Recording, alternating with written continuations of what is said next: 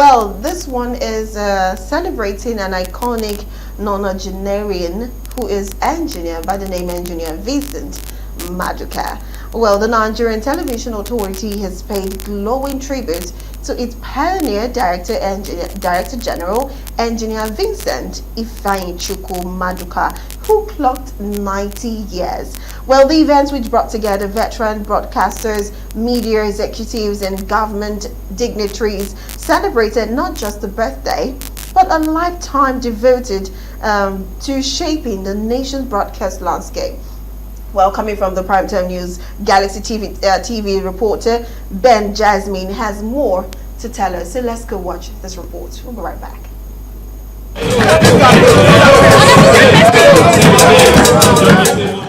It was a gathering filled with nostalgia, laughter, and heartfelt tributes as colleagues, friends, and family members converged at the Air Force Officers' Mess in Victoria Island, Lagos State, to celebrate the 90th birthday of the first Director General of the Nigerian Television Authority.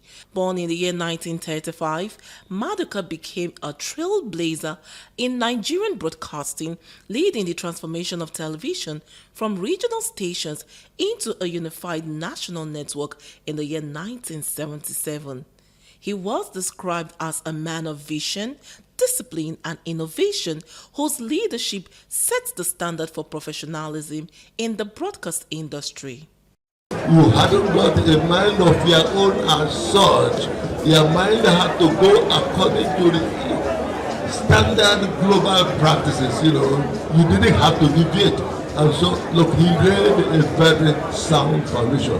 And that is why the NTA has stood in the wind. The wind would blow, but it never got into the NTA. NTA has made it back. I'm very proud to say that, and that was due to the fact that it had a good foundation. And who was this foundation? It was made of Mr. Maduka, Engineer Maduka himself. We are all very proud of him. Thank you very much. Vincent and I, or Ifeanyi Maduka and I, became very close when I adopted him as my son.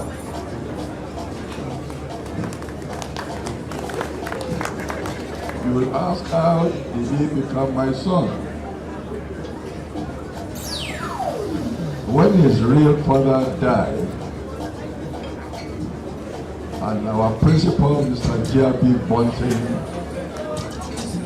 founded not only the League of Bribe Scholars, an association that Nigeria needs very much today, the League of Bribe Scholars. We also established the Teachers Parents Association. Well, it's a long story. Today is his day. I'm happy that I have lived up till today to celebrate his 90th birthday, as 10 years ago we celebrated, I think, his 80th birthday. Also present were serving and retired staff of NTA, classmates of the celebrant, and graduates of King's College, as well as those from Queen's College Yaba, who recalled fond memories of their early days in the station and school, guided by his firm but fatherly hand.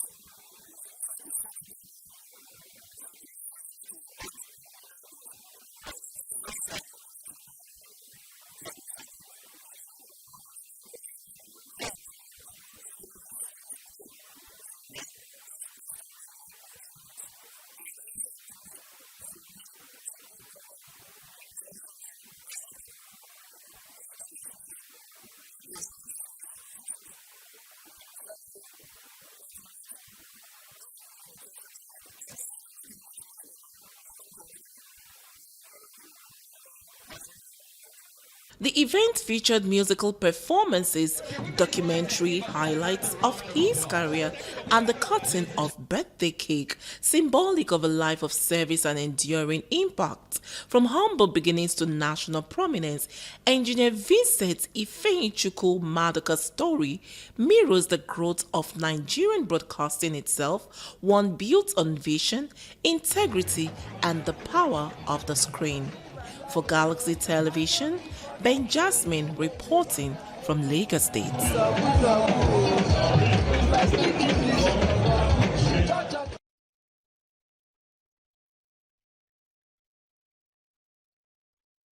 What a beautiful celebration. Yes. Ooh, 90 years. You know, the funny thing was people were wishing that it would get to 100. And the man was like, no. He has lived his life. He has fulfilled. And that's wonderful, really. It's wonderful. That's showing you that he doesn't want to be greedy. Like, I've enjoyed it. Before you will not go and stay and reach 100, then something else will not happen. Yes. So this enjoyment, let him just take that and go to his maker. And one of the things I love most about him is what people are saying, how he contributed to the media, and not just the media alone, to lives of people personally. I think that's one of the beautiful things that could happen about old age, when a lot of people are coming out and all they have to say is fantastic things. You know, not the ones that they are mumbling that, but that person is.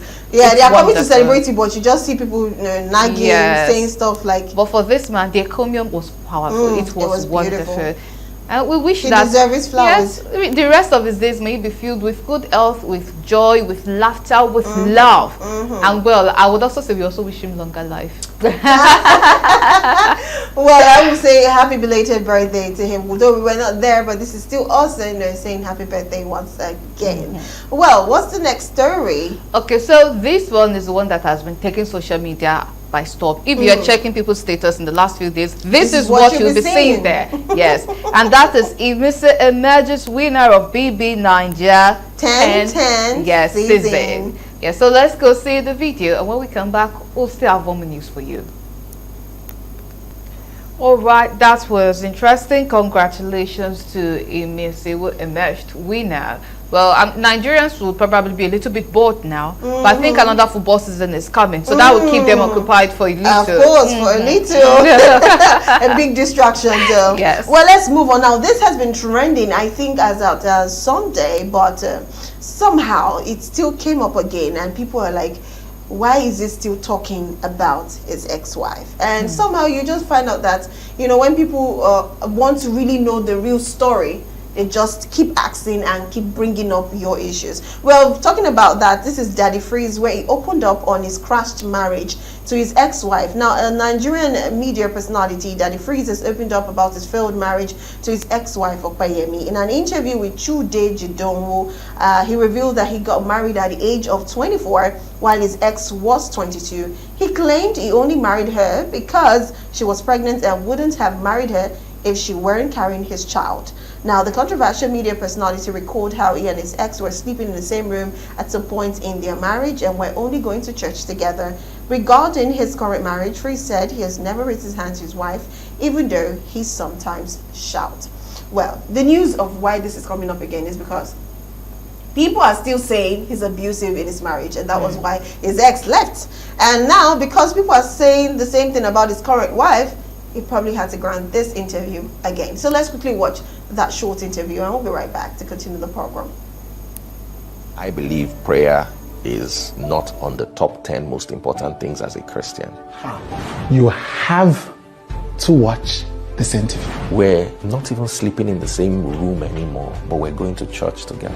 The traumas that he says drove his behavior and that of his ex-wife. My pastor came and said, yeah, you can come to the church, but you're going to sit at the back.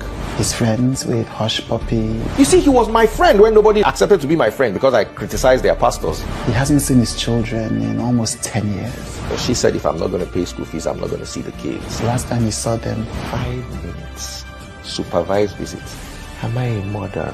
Daddy Freeze, uncensored, open-hearted, vulnerable, with multiple exclusives, like you've never seen him before with Chude today.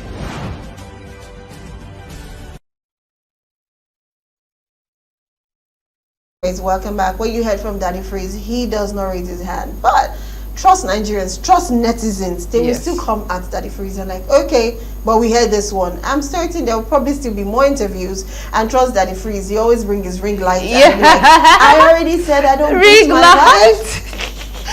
But anyway, that's the update right now. Daddy Freeze says he doesn't raise his hand on his wife and never did to his ex-wife. But that shouting sometimes could be evil. This shouting feels like you're beating me already. Yes. Excuse you. You know, physical abuse, emotional abuse. It's still an abuse. Even sometimes that shouting could be more powerful and more intense than the physical hitting. In fact, it's not that more intense. It feels as though you're even hitting the person. Yes. Because sometimes when you're shouting, you see those people, they will like, they'll, you know, yes, they'll be taken aback. Yeah, they'll fidget. And like, so instead of beating me physically, you are beating me emotionally with the same effect or even stronger effect. So at this point, Daddy Freeze beating is beating. Yes. With your mouth, you're still beating. I'm just saying though. So let's learn to communicate with ourselves without having to raise our voices.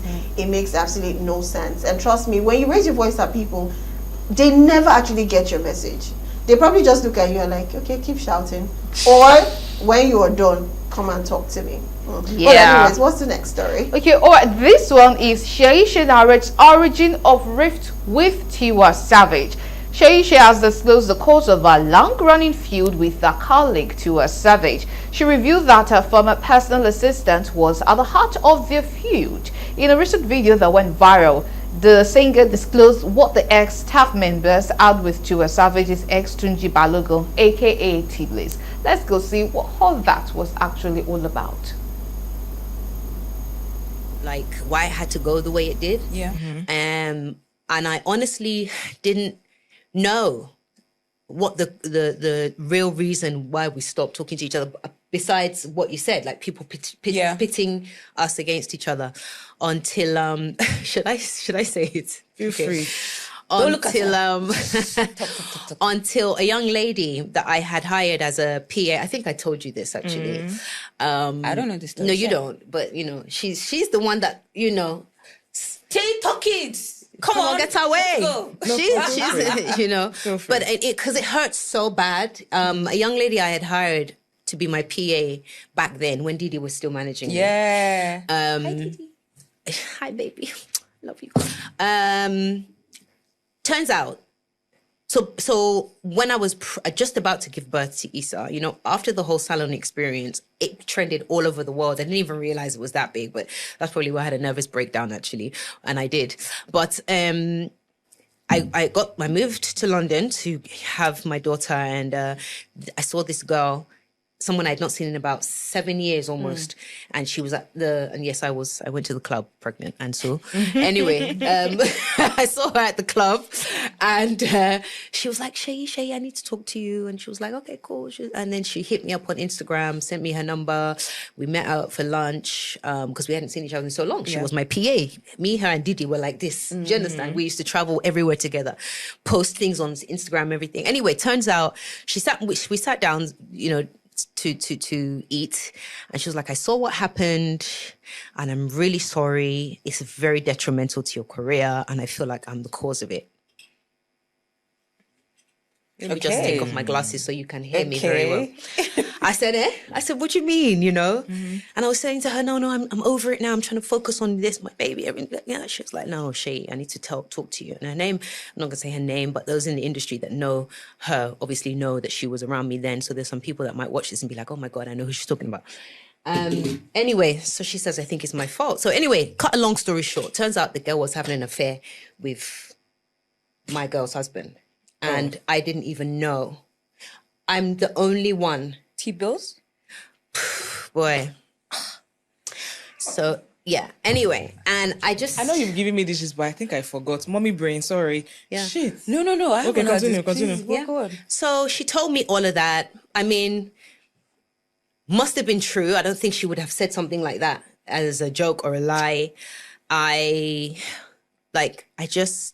You know, on one side, I was relieved because then I now knew that, okay, at least I know what could possibly be the cause, because it might not just be this, it might be other reasons, like people pitting us against each other. You know, maybe I've said something, you know, not thinking, because I was very unconscious back then, you know, or maybe I did something to her. I can't really, you know, I thought it was all about the fuck you challenge, you know, the Kiss Daniels FU challenge, which I didn't do until after the beef had gone so deep that I was just like, you know what, bruh, you know. But when she told me this, I was disgusted. It was just so, I couldn't eat. Me that I was so hungry, being pregnant, I couldn't even eat. So I stopped eating. She starts crying. She said, I'm sorry. Why is she crying? Because of the video that she saw. She just felt like it was so damaging to me, and that she didn't tell me back then. And we were rolling together, traveling together, posting Instagrams together, kissing, hugging up on each other. Meanwhile, the person probably thought you knew about it. Probably thought I knew about it. And in support of it. I get it. And you can just imagine the anger. Yeah. Because why would you do that? Like, I'm so upset. Like, even when I think about it now, I just think to myself that shit. No, right? I think. No, I don't even need that. I'm just saying, like, it's so painful. And if that was me, I would have probably felt and done worse. You would have made a phone call? I probably would have made a phone call. No, I wouldn't have, because that's a very, very embarrassing thing, you know? And so just to think about all the pain and stuff that women already go through, especially that whole thing. And then, you know, even me, I've gone through some, you know, messed up shit when it comes to guys and men and stuff. So it's very painful. And obviously I've done a lot of inner work. I've released it all. I'm not dwelling on that anymore. You know what I think? Thank you. Do you know what I think? I'm so angry at her. Well, not anymore, but I was. Person, you know. Anyway, I just got up and I left her there, and she was calling me, and I just blocked her because I was disgusted. And then I called Didi, and it was just like everybody. It was just crazy. And but you know, like I said to you, on one side it was a relief because finally I could like understand. Like, this is what able to point. There was closure in my mind, in my life, and even if that wasn't the reason, you know, it's. Do you know what I think? Crazy. I think that both of you, when the time is right, both of you should just like go grab lunch or grab some coffee. Somewhere away from the public glare. All right, welcome back. Now that Shay telling her side of the story. Well, this is just for me to say I loved their friendship, Shay and Tiwa Savage. They are the girl kind of friendship you want to have. So I think I'll just apologize to both of them to just allow this rift to go and become friends again. I love when friends thrive. You know, this is one of the things you experience in friendship, and I feel that it's taking too long. You should come back again. Yeah, but me, I'm this type of person. We meet to pass, we part to meet. There's really nothing one could do, especially if there's trial on one person's part, and then the other person, there's no more trial. But the problem is what I see. I see two ladies who love each other hurting. So why are you fighting? You're hurting because two can't work together if they don't agree. Yeah, but they are hurting. Now, if Tiwa Savage is being asked question, it triggers her. Not because she's angry, but I feel for it to trigger her because she still loves that girl. Like, I still love Shay, but that thing she did, I don't like it. She still loves. Let love thrive now. Oh, okay. Well, that's the beauty of humans. Variety is the spice of life, you know. Because my mindset is completely different. Like, see, the truth will come out one day. Everybody will be fine one day. It's just a matter of time. And I feel like if I put that energy out there, I feel one of these days life would reward me, and then we'll still be able to meet when it's not really hurting, and we can talk about it in a time that, you know, no one is really hurting anymore. Then there's no accusation. It's not from repressed anger. It's just okay. We've made mistakes, but then we just have to move on. Well, that one too is also there. That actually can work, but sometimes you have to take that step.